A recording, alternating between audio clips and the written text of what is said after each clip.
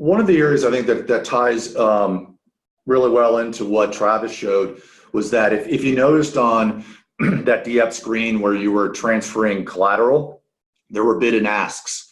There's a little bit of a way to get to where we're gonna show you how those bids and asks are to get populated initially in the simulated exchange. But one of the areas that's important for our particular application, and quite frankly many others that are in the dApp space, is the concept of an oracle. And the oracle, what that does is provides mainly off-chain and also API data to help the smart contract, to help the process do something specific. In our situation, we have to deal with settlement.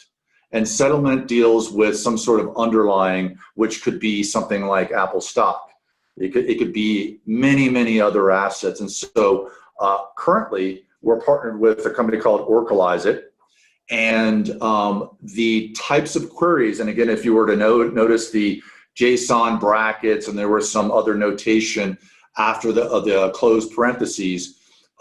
Today, what we do is that there are multiple query sources or essentially data sources. Right now, we're supporting the URL type of data sources, and then more specifically, the ones that have the queries of the JSON parsing. So you'll see that in the example here, you'll see this is a Kraken example of getting a paired ETH USD and returning the price of that pair. And so this is how the queries are typically, or they are constructed.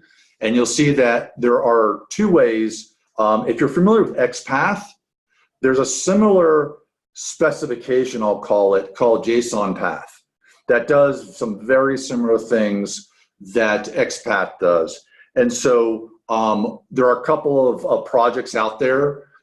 There's this one that has basically a fork off of an individual that was involved, Stefan Gostner's original post. You can read through that. There's also a secondary project that, come on, get out of my way. I'm gonna move this.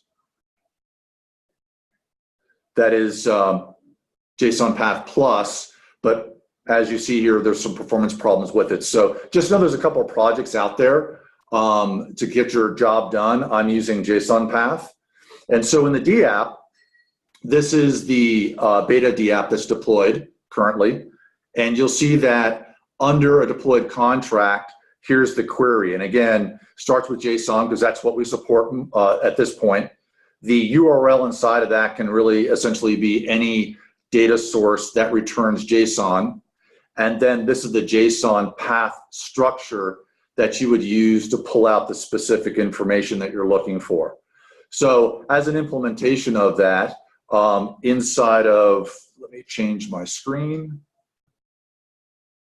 There is a market API, and the market API essentially is a really simple endpoint that allows us to take and return signed orders from the buy and sell side. And so essentially what I'm doing here is I'm just grabbing the Oracle query, I'm pulling it apart by doing a match, doing some data integrity, make sure that I've got a URL there. And then essentially the JSON path construct is really simple.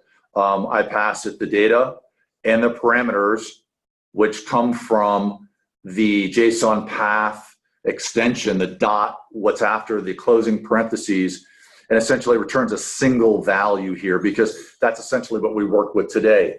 So in doing so, to connect all of this together, you'll see in here,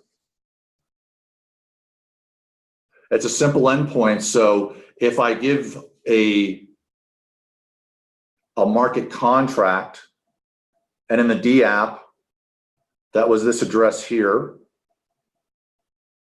and then I specify, if I specify no other parameter, it'll simply return 5 signed contracts on the buy and the sell side.